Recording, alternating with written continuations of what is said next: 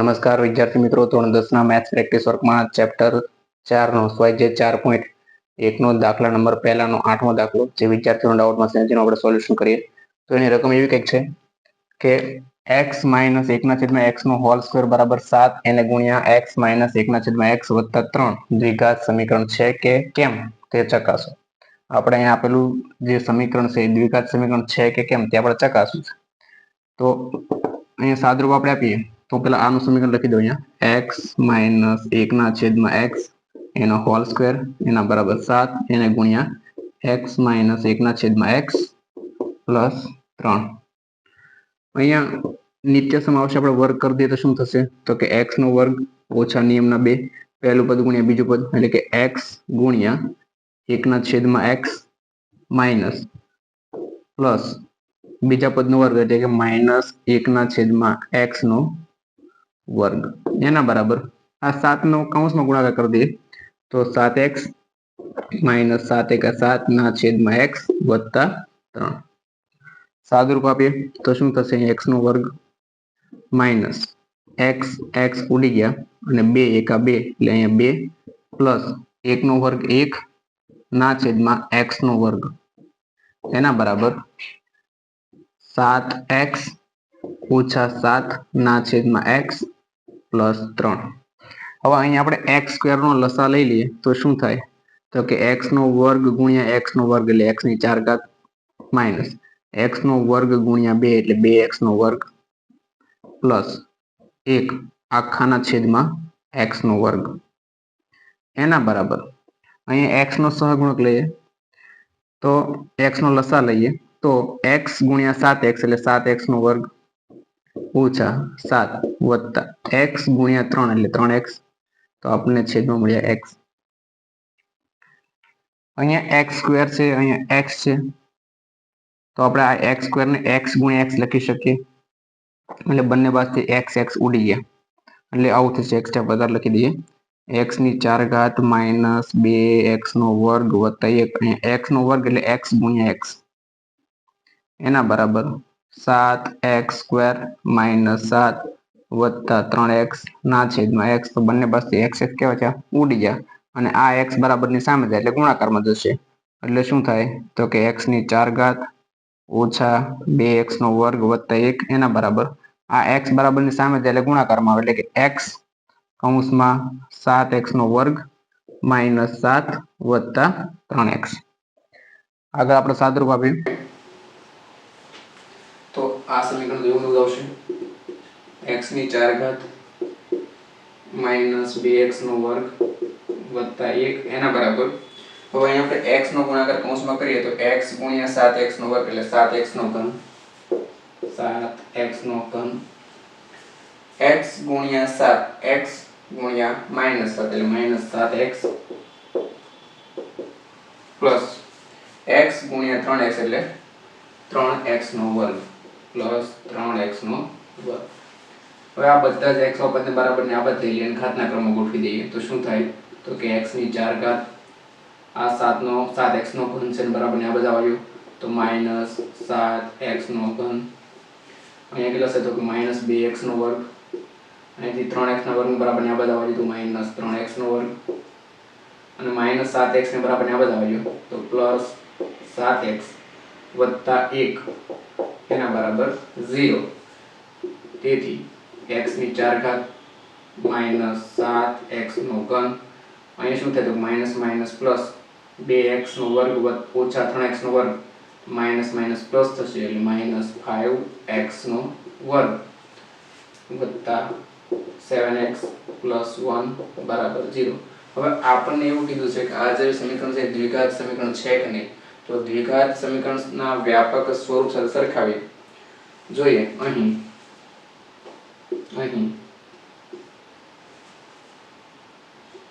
ax square plus bx square plus c બરાબર 0 સ્વરૂપનું સમીકરણ મળતું નથી. સ્વરૂપનું સમીકરણ મળતું નથી. આપણે આ સમીકરણને આની સાથે સરખાવીએ બરાબર તો દ્વિઘાત સમીકરણ કોને કહેવાય તો કે જેમાં x ની મોટા મોટી 2 ઘાત હોય, x ની મોટા મોટી 2 ઘાત હોય એને દ્વિઘાત સમીકરણ કહેવાય.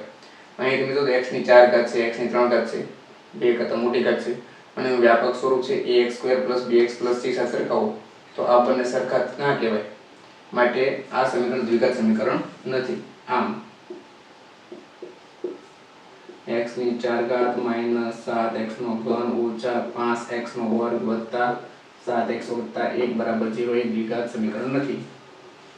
એ દ્વિઘાત સમીકરણ નથી. આ થઈ એનો જવાબ.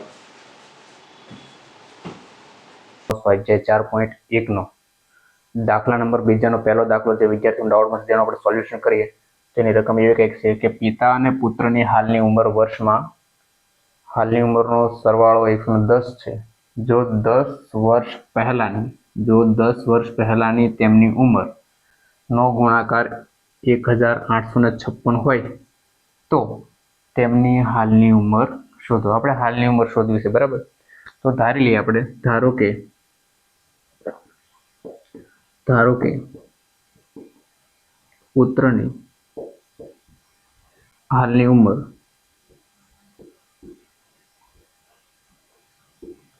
x વર્ષ છે. જો પુત્રને આપણે x વર્ષ લઈએ તો પિતાની ઉંમર કેટલી થાય? તો કે તેથી પિતાની ઉંમર બરાબર કેટલા થશે? બંનેની ઉંમરનો સરવાળો 110 આપ્યો તો આપણે પુત્રની ઉંમર x લઈએ તો એના પિતાની ઉંમર થાય 110 - x વર્ષ. પછી આગળની શરત એવી છે કે જો 10 વર્ષ પહેલા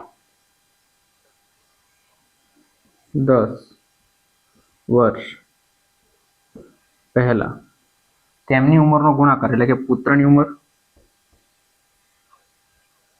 કેટલી થશે? તો કે 10 વર્ષ પહેલા પુત્રની ઉંમર થશે x - 10 વર્ષ અને 10 વર્ષ પહેલા પિતાની ઉંમર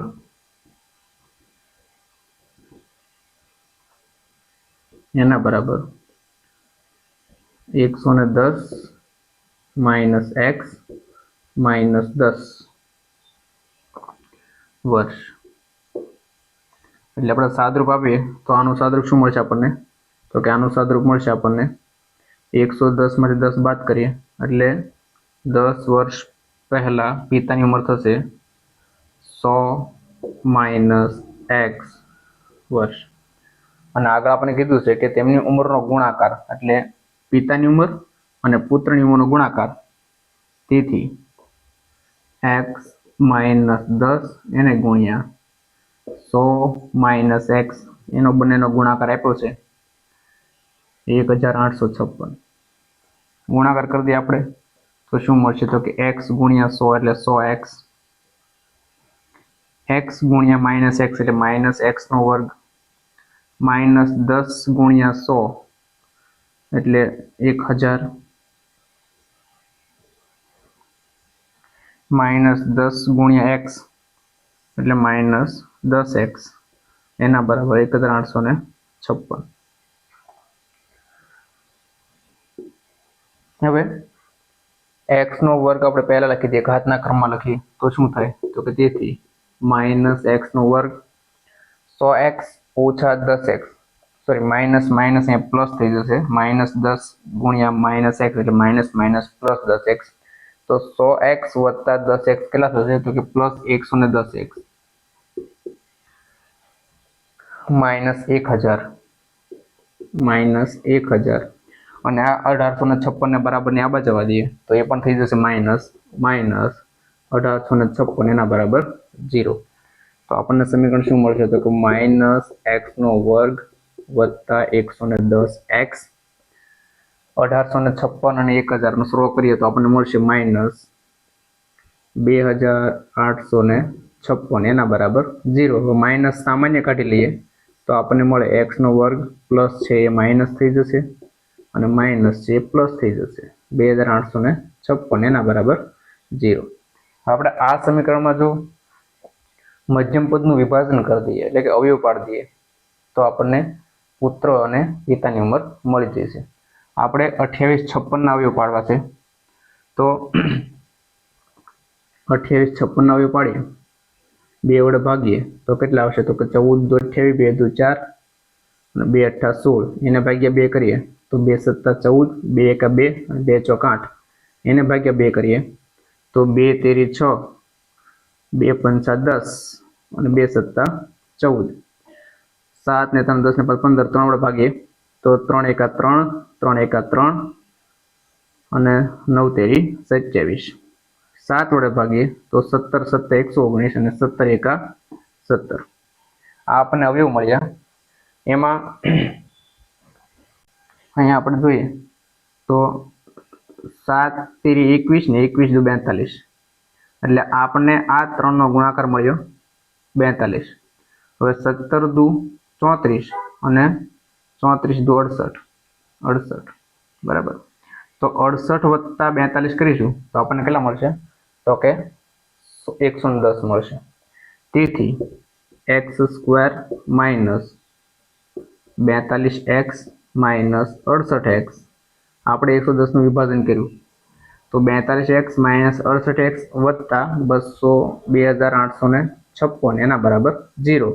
પહેલા બંને પદમાંથી x સામાન્ય કાઢો તો x - 42 અને બીજા બંને પદમાંથી 68 સામાન્ય કાઢી લઈએ તો શું મળશે આપણને? તો કે x - 42 એના બરાબર 0. તો આપણને અહીંયા બે અવયવ મળ્યા, x - 42 અને x - 68 એના બરાબર 0. તેથી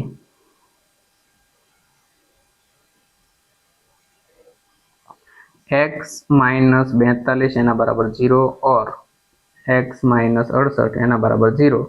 42 ને બરાબર ની સામે જવા દો તો x બરાબર મળે આપણને 42 और x બરાબર કેટલા મળશે? તો કે 68 ને બરાબર ની સામે જવા દઈએ તો 68. આમ આપણે પુત્રની અને પિતાની ઉંમર હાલની ઉંમર શોધો નથી તો પુત્રની ઉંમર આવશે 42 વર્ષ અને પિતાની હાલની ઉંમર આવશે 68 વર્ષ. તો લખી દઈએ આમ પુત્રની હાલની ઉંમર બરાબર 42 વર્ષ અને પિતાની હાલની ઉંમર બરાબર 68 વર્ષ. આ થયો જવાબ. સ્વાધ્યાય 4.1 દાખલા નંબર 2 નો ચોથો દાખલો જે વિદ્યાર્થીઓનો ડાઉટમાં છે જેનું આપણે સોલ્યુશન કરીએ તો એની રકમ એવી કંઈક છે કે એક ટ્રેન તેની સામાન્ય ઝડપે 63 કિલોમીટર અંતર કાપે છે અને ત્યારબાદ ઝડપમાં 6 કિલોમીટર પ્રતિ કલાકનો વધારો કરીને બાકીના 72 કિલોમીટર અંતર કાપે છે. સમગ્ર મુસાફરીનો સમય આપણને આપ્યો છે 3 કલાકનો. ટ્રેનની સામાન્ય ઝડપ આપણે શોધવી છે. તો પહેલા આપણે જે શોધવાનું છે હું ધારી લઉં. ધારો કે ટ્રેનની સામાન્ય ઝડપ x કિલોમીટર પર અવર છે. કેટલી ધારી મેં ઝડપ? તો કે સામાન્ય ઝડપ x કિલોમીટર પ્રતિ અવર છે. હવે આપણને એવું કીધું છે કે સામાન્ય ઝડપે 63 કિલોમીટર અંતર કાપે છે. એટલે કે x ઝડપે કપાતું અંતર x કિલોમીટર પ્રતિ કલાક ની ઝડપે કપાતું અંતર કેટલું છે? તો કે 63 કિમી. તેથી શું થાય? તો કે આપણી પાસે એક સૂત્ર છે સમય બરાબર અંતર ભાગ્યા ઝડપ. અંતર કિલોમીટર, અંતર ભાગ્યા ઝડપ. આપણે આમાં કિંમત મૂકીએ તો કેટલું અંતર કપાય છે? તો કે 63 કિલોમીટર. ઝડપ કેટલી છે એની? તો કે x છે અને આપણે સમયને કહી દઈએ t1. તો t1 બરાબર આપણે કેટલા મળ્યા? 63/x. હવે શું કહેશે આગળ? તો કે ત્યારબાદ ઝડપમાં 6 કિલોમીટર પ્રતિ કલાકનો વધારો કરે છે. એટલે ઝડપમાં થતો વધારો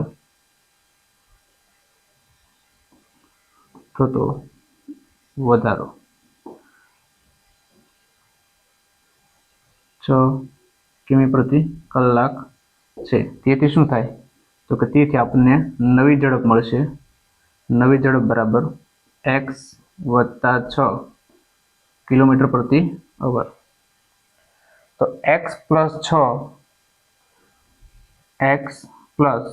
6 કિમી પર અવરની ઝડપે કપાતું અંતર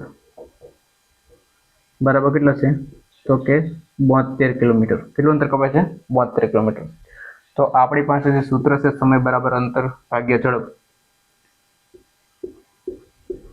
સમય બરાબર અંતર ભાગ્યા ઝડપ. તો અંતર છે 72 કિલોમીટર અને ઝડપ છે x પ્લસ 6. તો આપણને શું મળ્યું? તો કે તેથી t2 બરાબર 72/x વત્તા 6. અને આપણને એવું કીધું છે અહીંયા કે મુસાફરીનો સમય 3 કલાકનો છે. એટલે આ બંનેનો આપણે સરવાળો કરી દઈએ તો કેટલા થાય? સમય કેટલો લાગે છે? તો કે 3 કલાક લાગે છે. એટલે કે હું સરવાળો કરી દઉં અહીંયા t1 પ્લસ t2 અને એના બરાબર સમય લાગે છે 3 કલાક. તેથી t1 ની કિંમત કેટલી છે? તો કે t1 ની કિંમત છે 63/x. 63/x અને t2 ની કિંમત છે 72/x વત્તા 6 એના બરાબર 3. આપણે આનું સાદુરૂપ આપીએ તો x વત્તા 6 નો ગુણાકાર 63 સાથે થશે. એટલે કે 63 ગુણ્યા x વત્તા 6 અને x નો ગુણાકાર 72 સાથે એટલે 72x ના છેદમાં આ બંનેનો ગુણાકાર થાય એટલે x એને ગુણ્યા x વત્તા 6 એના બરાબર 3. સાદુરૂપ આપીએ તો ગુણાકાર કરીએ તો 63 ગુણ્યા x એટલે 63x. 63 ગુણ્યા 6 એટલે 6 તેરી 18. 6 36 ને 37 એટલે 378 પ્લસ 72x ના છેદમાં x ગુણ્યા x એટલે x નો વર્ગ અને x ગુણ્યા 6 એટલે 6x એના બરાબર 3. છેદને બરાબરની સામે જવા દઈએ તો આપણને શું મળે?